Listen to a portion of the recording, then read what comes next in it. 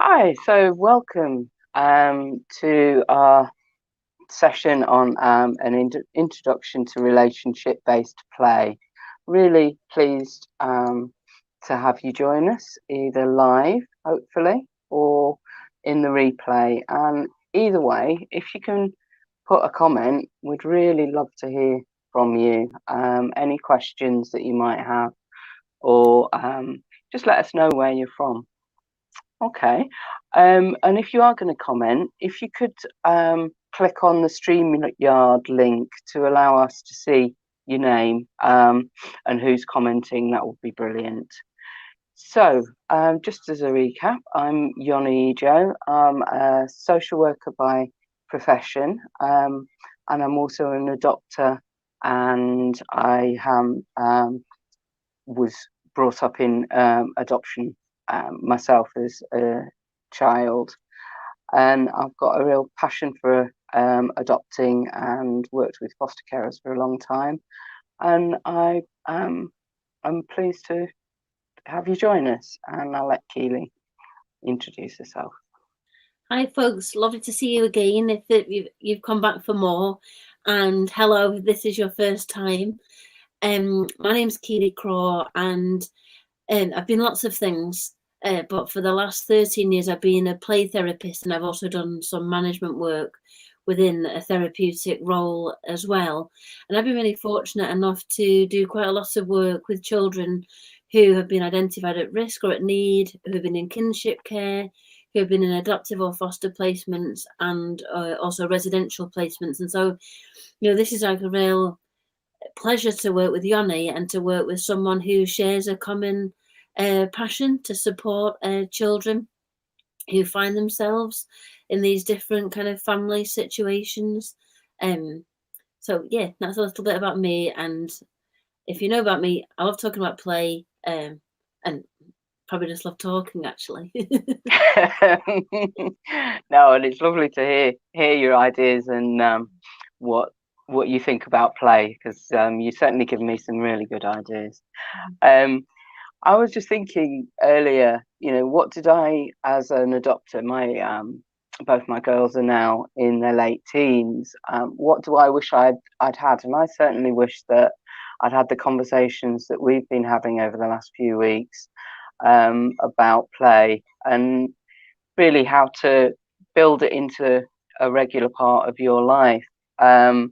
Because I don't think, as a parent, I made enough space for that, really, using sort of play centres, which are great, and I know the kids love them, but it doesn't really enhance your relationship.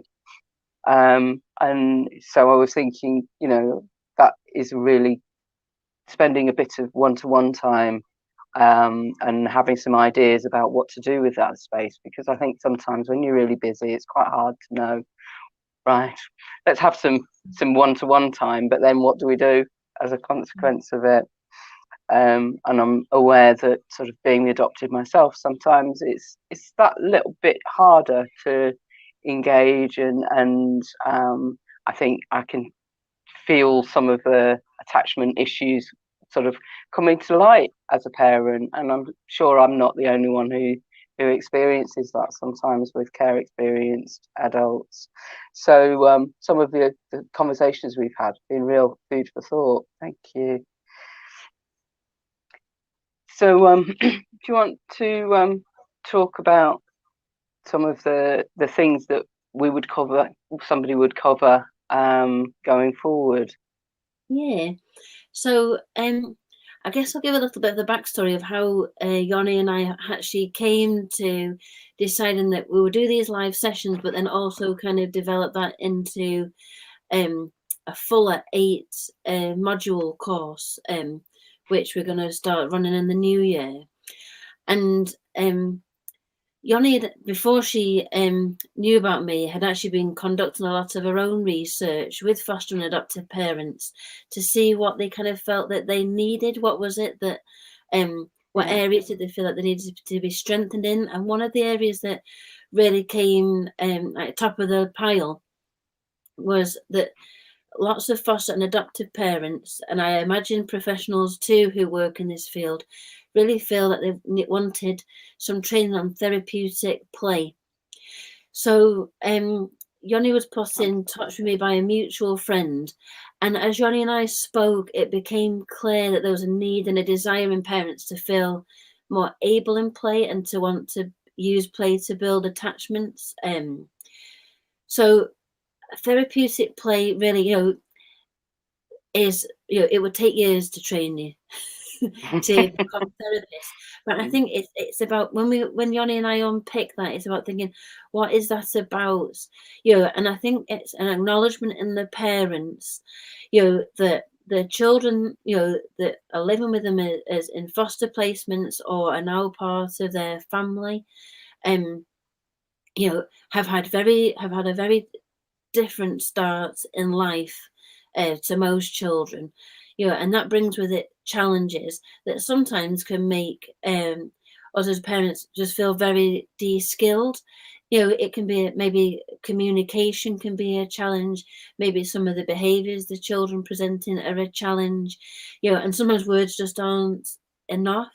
And you've brought these, you've got big hearts and you've brought these children into your life because you care about children and you want to give your child or children the best you can in life. And I think there's like an acknowledgement when you want to do something in therapeutic play, that you want to enable them to feel better about themselves, to heal, to understand their experiences, to have good relationships with yourself and with others. So we kind of chip that down because I think it's important also that you don't become the child's therapist as well as their parent. But there's certainly ways, and this is what Yoni and I are going to do in the 8-week course, where we can share knowledge and skills and give you a really robust kind of course where you can then go away and kind of feel empowered that you can go and do this in your own home with your children, or you might be a prospective foster and adoptive parent. So it makes you feel kind of a bit more kind of skilled up before you start taking care of the children. So it's a really robust course, and it's all about how we can use play to facilitate all those kind of anxieties we have about, like, how can I communicate with my child? How do I find out if they've had a good day or a bad day? How do I get over that wall that my words just keep bouncing back to me? How do I help this child to feel better about themselves? And how do we get a better connection and attachment with each other? And, play is such a powerful tool. And this is what really this course will be looking at. Is the ways to kind of strengthen those relationships. So the course will run over 8 weekly sessions, and there'll be a teaching element in each of those sessions. So that'll be for 30 minutes. And then I think just to kind of make it feel, because it is online, so we want to have some kind of interactive element there. And as we go through the teaching, it might bring up questions. Then we'll spend 15 minutes at the end of that 30-minute teaching session in a question and answer. So, if something's come up for you that you want clarification on, or you want me to expand on, or for Yoni to expand on, we can do that. So I just feel like that kind of really adds to, we want you to feel included, and it's part of a learning journey that we're all going on together. And every family is different, and you're thinking about, as you're receiving the teaching, you're thinking about your child and how that kind of works for your child. So you might have some questions at the end, just for that. So we'll give 15 minutes over to that as well.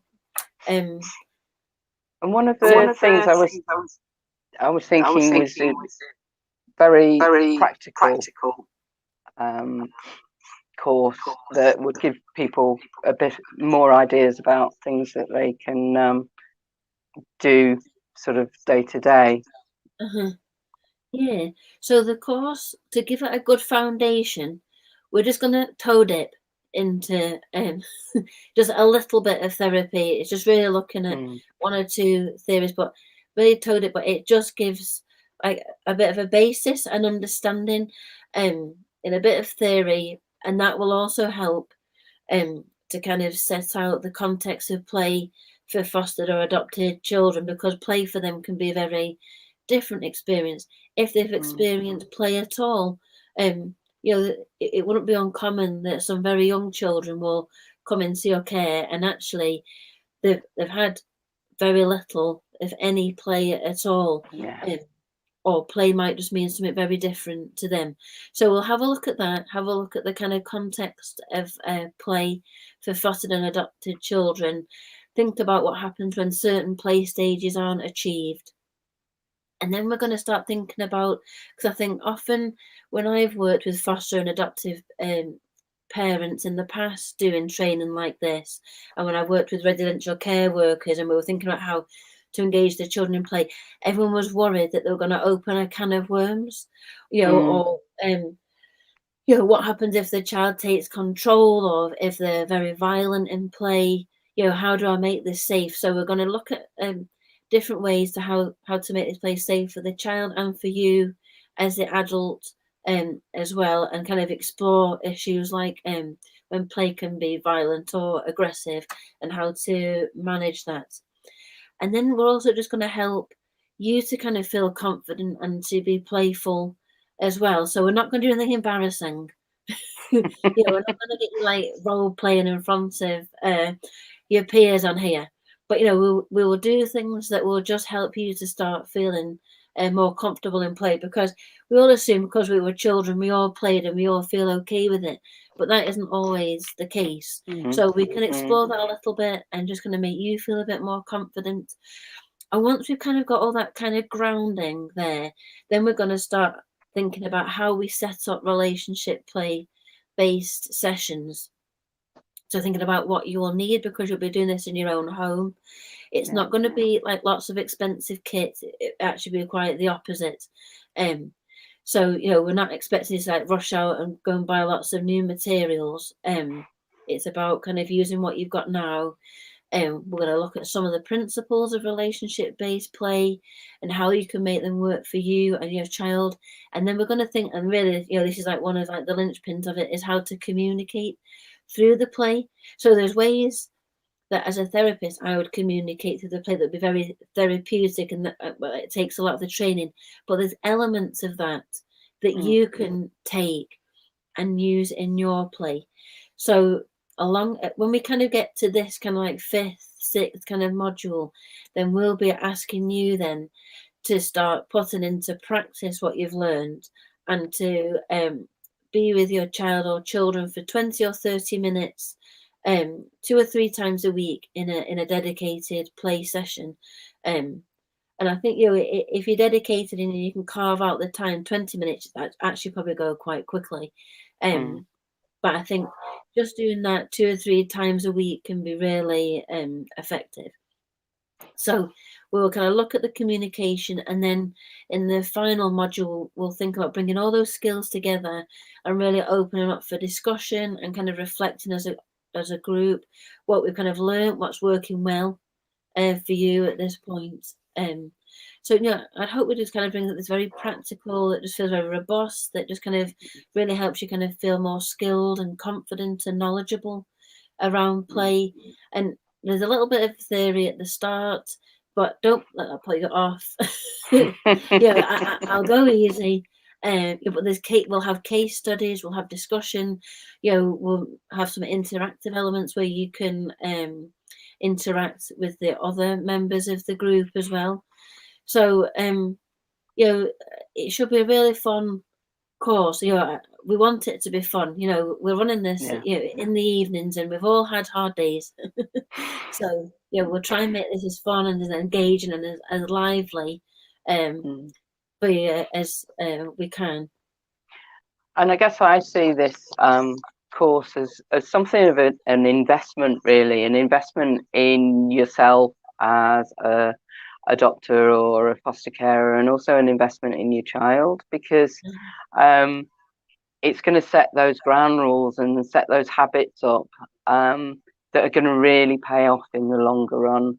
when things become more difficult, having that really grounded, repeated opportunity to talk to your children and to spend time and to enjoy and engage in that time is going to be really beneficial, I would say.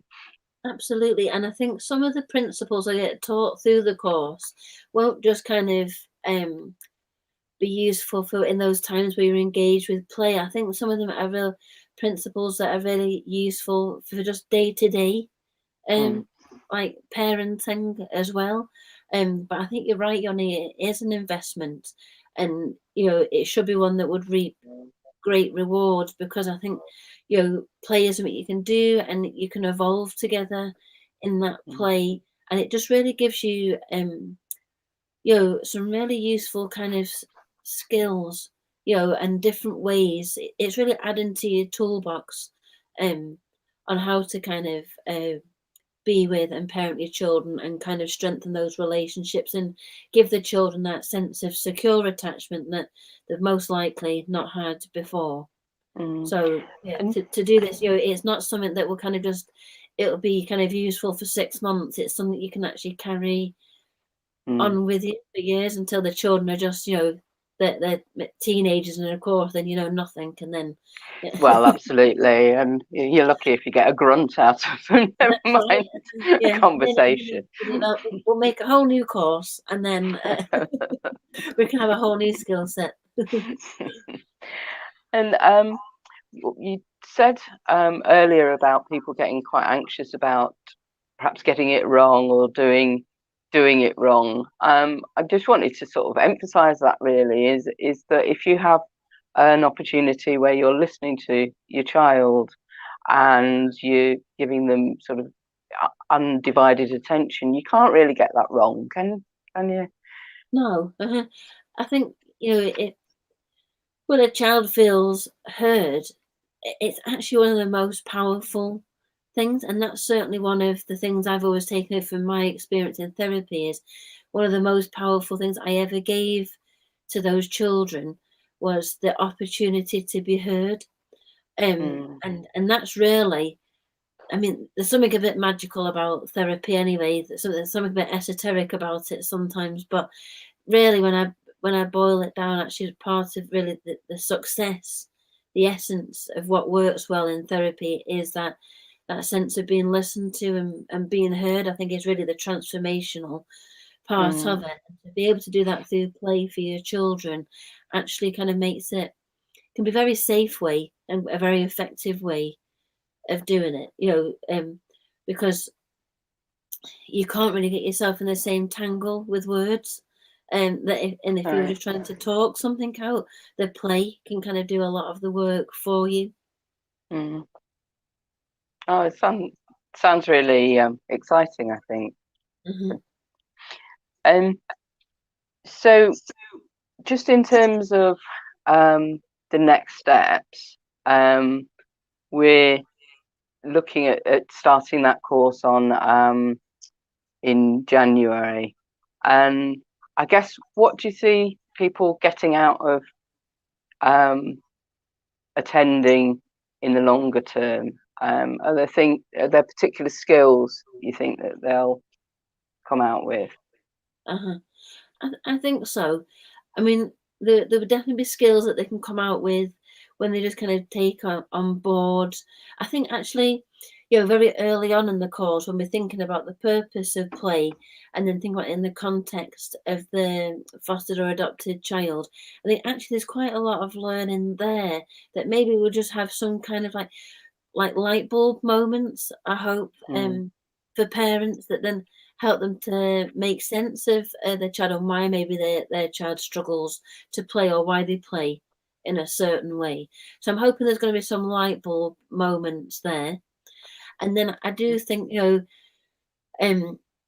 are teaching some a concrete skill set as well, in terms of how we kind of set up these play sessions, and you can keep on with those play sessions after the training has happened, or you might want to just adapt it to your own kind of family life and how you squeeze things in. But there's definitely skills to be taken from there, and principles that will apply to everyday life that you can use in your everyday parenting as well. So people should be coming away with quite a basket of goodies from this course, and things that are just will last as well. Because I don't want just to give you something that only lasts for like 6 months. I think actually this could cover you for your back for quite a number of years as well. Because once you've got it, you can tap back into it. And sometimes when we do a course, we do it for a while, and then stuff takes over, and it can kind of flip back. Other things take priority. But with this, you've got something that it's like a resource that you can, you know what, I need to get back into doing a bit more play, and you can just tap straight back into it. You don't need to pay us again because you'll have it all there. We'll provide a workbook for you if you need like a bit of a prompt, if you need a little refresher as well. So there's definitely a lot to take away in this course. Brilliant. Okay. And so in terms of where people go from here, if you're interested, which I really hope you will be, being whether you're watching live or on the replay, we're actually opening the cart today in terms of the beta course, which if you get in really quickly, you're going to get a considerable discount. We're charging for the full course and the workbook. We're also going to add a bonus, which is the course that we've done over the last 5 weeks, free to anyone who signs up before the 30th of December. And then after that, it will go up to, so the cost is £250, $333, and the price would then go up to £400 after the 30th. So I really can't emphasize enough how I think this could be, this course could be quite life-changing, both for you and for your child. And I guess, can you put a price on that? That would be my argument. So yeah, in the chat, if you've got any questions, and we'll keep looking after this live finishes. We'll keep having a look and answering any questions in the group. The link, which I'm going to hopefully put up here, is https://bit.ly/play course, and that's DA for Diversity Adopt. So have a look, sign up, get in early, because I think this is going to be a really great opportunity, not only to learn about play, but also to meet other foster carers and adopters online who are going through the same things. I think it's going to be lots of fun, lots of play as well. I really hope that you do join us. Anything that you wanted to say, Keely? I guess I just said it's a great Christmas present for yourself and your family. If you buy before the 30th of December, it could be the greatest Christmas present ever for yourself and your family. So. And the course starts on the 14th of January, and it'll be every Thursday from that date for 8 sessions. And it will be really important to be in and involved from the beginning, because I think we're going to be developing relationships, and each session will build on itself. So it's quite important to get in early. So I hope you do. So thank you very much for your time, Keely. Thank you for everyone watching, and I hope to see you on the 14th in our course. So thank you. Thanks, everybody. Thanks. Thanks. Bye-bye.